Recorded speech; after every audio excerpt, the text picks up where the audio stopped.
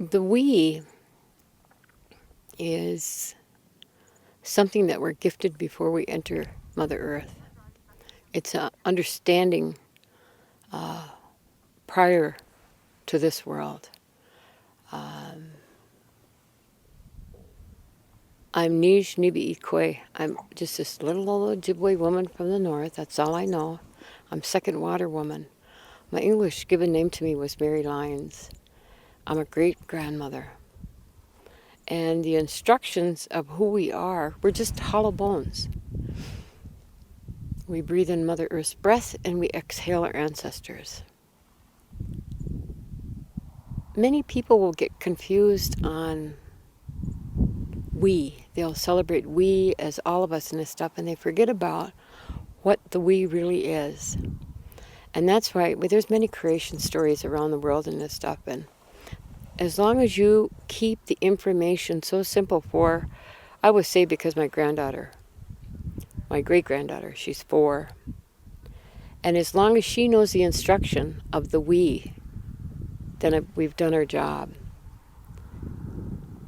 To understand the spirit as it comes down and it enters this passage here on Mother Earth, it's gifted with a blanket that shelters the spirit.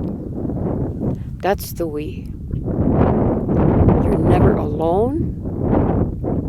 You always have partnership, and you have that medium of balance. And sometimes we forget the we within ourselves as we suppress our spirit and we live in this blanket within this earth. And the only time when we start to realize that we have a partnership with the spirit might be at the end of our journey here on Mother Earth. And we'll rapidly want it to awake, and we'll say our forgivenesses and whatever it may be, because we'll be fearful, because we want to walk on. We don't want to walk on alone. So we do many spiritual things.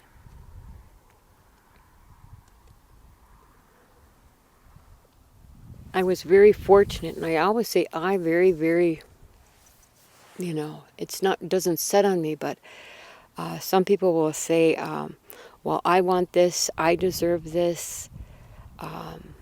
When that happens, that we, you in your shell of a body, falls to the me. And that's what we call as we push that spirit to sleep, and we walk in this earth feeling that it's all about me. You become self-centered on that other part of you. You become so off balance that it can become disastrous. And sometimes people may forget about it, but they'll say, I've never heard of it before. Absolutely you have. There's no question about it. Because we have to remember, our DNA within this world of all our grandmothers before is in us. So all those teachings and this stuff from way times past is there. We just seem to forget, and we have to just sit and think. And that's why we always say, every child that enters this earth is a grandparent, is a grandmother, is a grandfather. Regardless if they have children within this world, they're still a grandparent. You still have that unity of sharing. Because once you find out your spirit in your blank of a body, and then you carry all your ancestors, that's the we.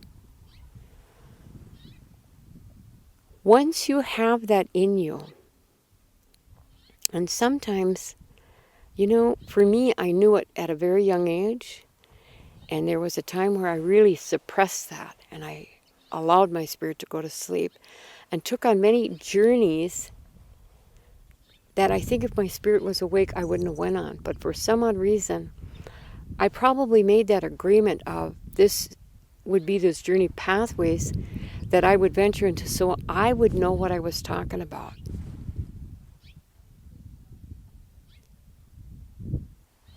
I have nearly 40 years of sobriety. So when I say that the ones out there that know some of the pathways that I have experienced, those journeys, while my spirit was asleep, that was the me. I was very blessed with many grandmothers. And in our culture, it doesn't have to be a bloodline or whatever it is. They adopt you or whatever it is. You have grandparents and this stuff. You have teachers and that there that will look at you in a way that they know you're sleeping and it's time to wake up. The reality is here. And the journey begins. And I was blessed to have that. I was blessed to have many grandparents and this stuff, and that's the we of who we are is from those teachings and this stuff, and to acknowledge our own space that we live in the shell of a body, is that once we have that understanding, we have this overabundance of a reflection of energy. And I know everybody experiences it. They can walk through their life and they can have a friend they haven't seen in 10 years, they can pick right back up. Or you meet somebody that's so bubbly and fun in the stuff or whatever it is, you just have that natural attraction. That person is a we person without having to say it. It's because of that expelling abundance of good energy they expel. You go in different shifts of level with the we. And a lot of times some people will get stuck even if they do celebrate the we, is because when you get to another level of maturity, you have to mourn that loss of that journey to continue because you're always learning. My grandfather used to say, you're born a student, and when you leave this earth, you'll be a student. It's when you feel you have became a teacher, you have failed in this world. Because Creator, creation, whoever he is the teacher. He's the teacher of energy that he entrusts all of us to learn the lessons of what we can. You know, the other part is I was growing up and mourning the losses of certain situations and taking on the responsibility of who I am as a great-grandmother. What really awoke a new level of the we in me is when little grandma said, it's when you come to the end of your journey here on Mother Earth, you can turn around and look. And when you see all the people you taught and that they're doing good, you can smile, otherwise you'll cry. Because there was one other point within this. My grandfather said, each person that's born in this world is a leader of nations. And people kind of don't understand it, but if you're gifted a child, a marriage, or whatever it may be, you teach them. So the we is knowing you, yourself,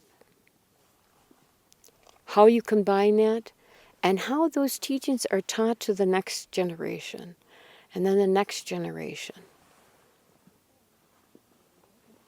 Life has its special challenges. And if we look back on who the makeup of we are, our ancestors inside of us,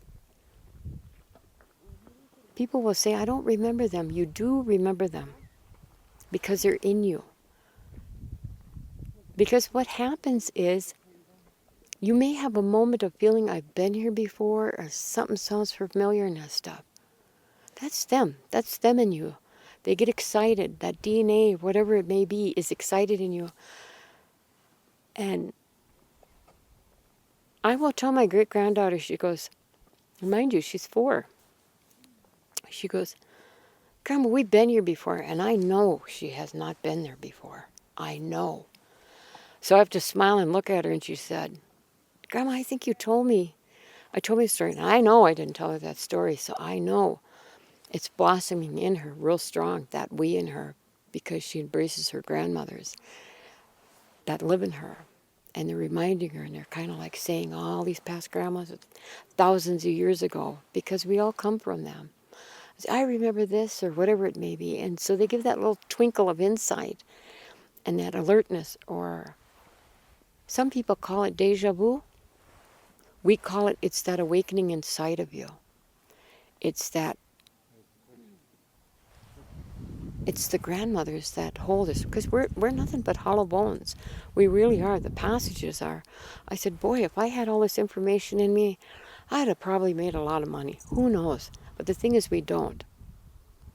We go back into it. You breathe in Mother Earth's breath, and you exhale your ancestors. Those are teachings. Those are so many teachings in this stuff. That's why we say you're never alone. It's a journey as you grow within that we. The thing is, where sometimes people will get stuck is because they don't want to let go of what they already know. And they may not know or want to know what that next level is. My culture and who I am and who I was born, I'm Madawan. It's a way of life 24/7. Before I entered, 24/7 all the way through this world, and when I exit this world. It doesn't happen just within a ceremony, it happens 24/7. We embrace ourselves around the 4 elements that we try not to forget, and I say try because sometimes we can find ourselves getting off balance.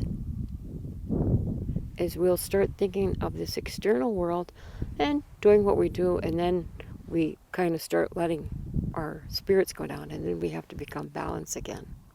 We'll have to step back. Maybe we'll check each other. But when you become in that relationship, and when you surrender yourself to your growth within who you are, you make more space in there for this wonderful, wonderful energy. And that's where you can see them. You can see them coming, or who it is. We know who we are. Because we can walk in to a situation, just even have coffee or what it is. There may be a little girl or a little boy or maybe an elder or whatever it is in out there, maybe feeling really heavy. And when you bring that expelling energy and the stuff in out there, it's not for us to change them. There's no way. You can't change anybody. You can't heal anybody that doesn't want to be healed. What you can do is empower them. You can expel that good energy on them and let them know that when they say, oh, I want to be like you, and we always say, we want to be like you. That's where the maturity level is, where we hold a mirror to show them everything in us you have in you. You just have to remember. And that's when that me starts climbing up, getting off their knees and elbows from crawling on the ground, for being real self-pity, and they start to grow and they start to accept that. And it's okay to mourn that life. And as they start to stand, they come in the we, because they embrace who their spiritual part is, as well as this exterior, this blanket of a body.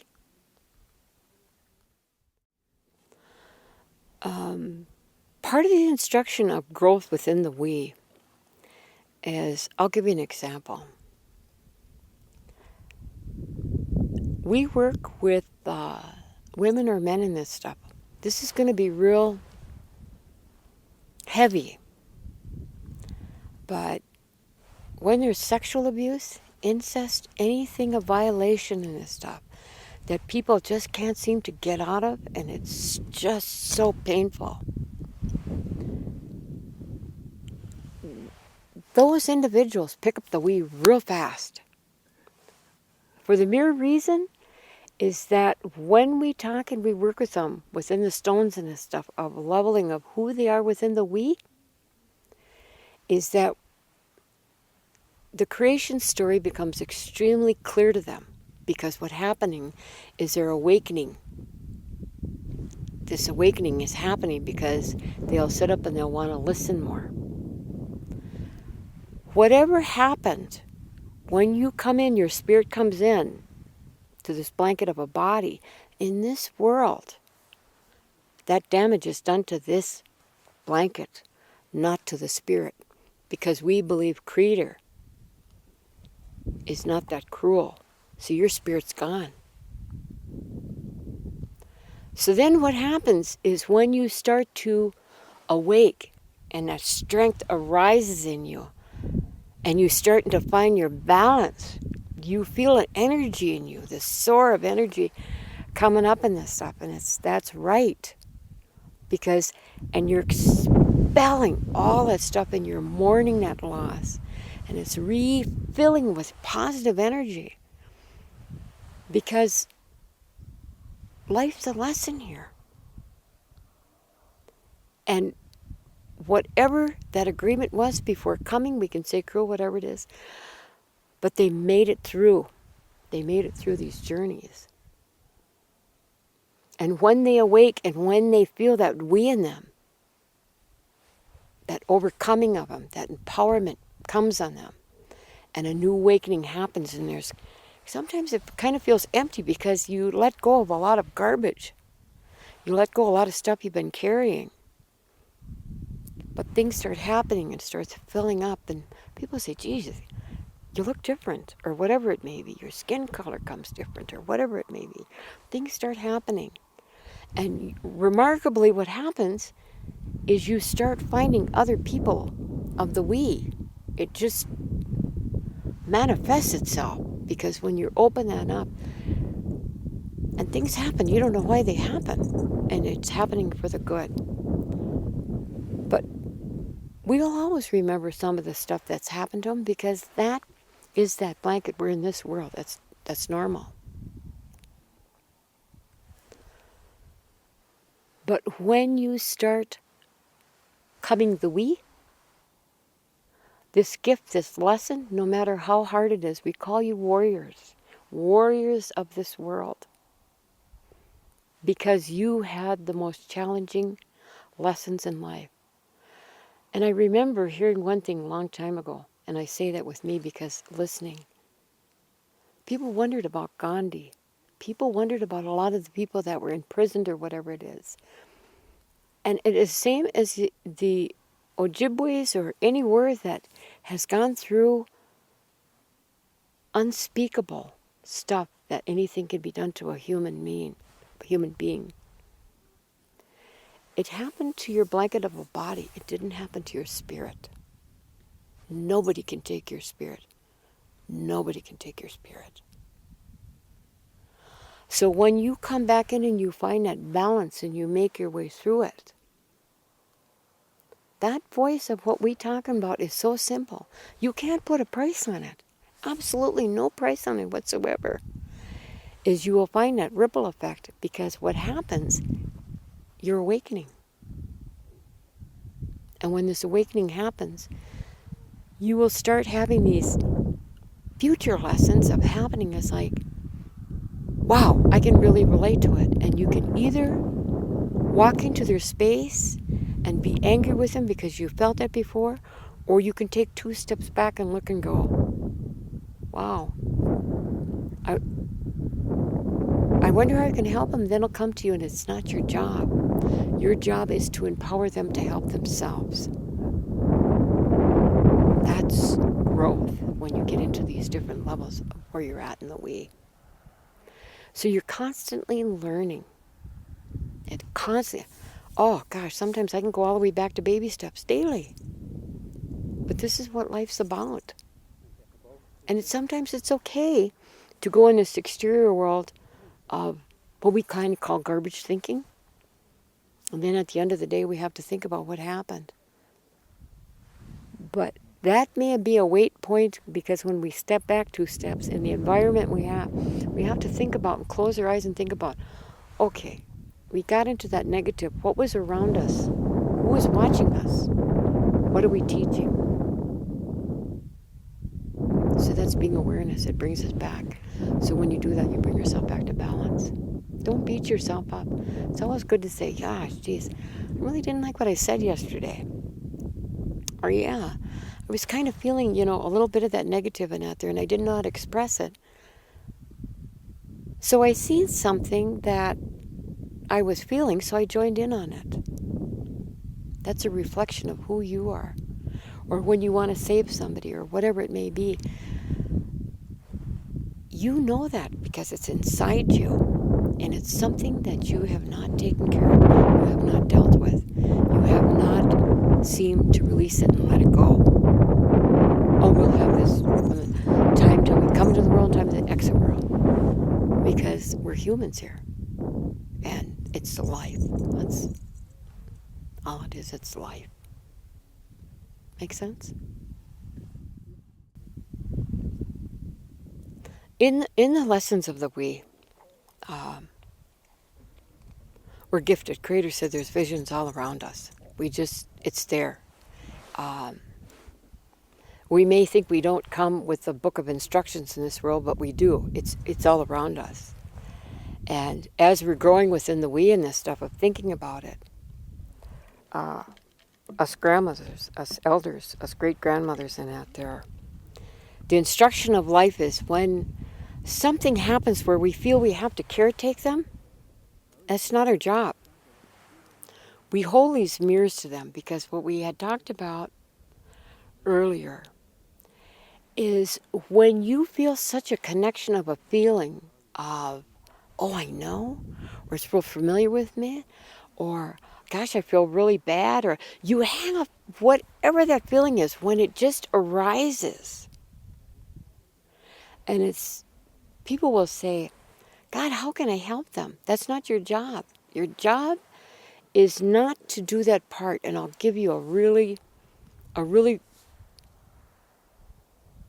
clear thing that was taught to myself as well as we do to our children. And I think many have heard me always say this. If I'm sitting and I'm talking to the other Kukums and the Komases, the grandmothers, one of our grandkids or kid comes in and they're stuff and out there, they're all our grandkids, crying, crying really hard, telling on somebody that hurt them or they won't let me play or whatever it may be. And they hit me and they're going on. I mean, their energy and everything is just combustion. It's all over the place. And they demand right now and this stuff. We say, go on over there and sit down. We don't touch them. Go on, go sit down. And they'll give them permission. If that's what they got to do, go do it. When you're done with it, come back. Go on, just go over there. And I always make this humorous joke, but we really do. We'll check them to see if they're bleeding or anything broke, or we make sure of all of that there. But we'll continue talking in that there, but our children know enough that when elders or anybody's talking, they wait their turn to get permission, or they'll stand there until we see them. We'll say, what do you want? That is one of our original instructions of who we are as Anishinaabe. And as our conversations is going, all the grandmothers or whoever we're talking with, we'll just kind of check with their eye, but we'll also know within our feelings. We'll have this radar, because you can feel, everybody has this radar alert up outside there, because you can get this feeling when you feel unsafe, or, you just have this automatic radar around you. And however long it takes, we'll sit over there and look. When their breathing becomes at a neutral level, we'll say, come on over here. Tell me what's going on. And they'll say, well, they did this. And before they can really go into a full thing of what they're saying, we'll let them know. Oh, wow, you handled that really good. Gosh, you did this all by yourself. How awesome. We give that early mirror reflection to let them know that there was a problem, they felt the problem, and they handled it on their own. What has been happening within a lot of the societies is that, and this is anywhere around the world, anywhere, when somebody cries or hurt and stuff, the one thing we do is we have this instinct to hug them. And that's our feelings, because we do have that extended love we want to do. But sometimes we have to remember we have to stand back and let them process it themselves. And let them handle it where they can come back to that medium, like we were talking about, that little child with the breath. And they handle it on their own and let them know, oh, how awesome. Because we want to do is to get that toxicity of a weight out of them and to let them know of that empowerment energy that they handle it themselves. And then the other thing is permission. Maybe water or, after a while and stuff, give you a hug. Wow, it's you, and validate really what it is. But we don't want to sit and suppress their spirit down. because they're not going to have us 24/7 to do that. They're not. But if we keep doing that to them, they are going to be trained into having that expectation, and it doesn't make them strong. So when you see that or feel that, and when it's so identifiable within you, and that compassion, we talked about that earlier, I can't remember really exactly what it is. There's passion in being passionate. Passion is small, little bleeps of things, of noticing. To be passionate about something means you live it. It becomes a norm to you. And that's example with me, with the women of O'Brien, of who I work with, and the grandmothers. When that was introduced to me, I had small bits of passion. But what good does that do? But and a grandmother said that to me, don't talk about it unless you're doing it. And that's where it really sets straight of that lesson, is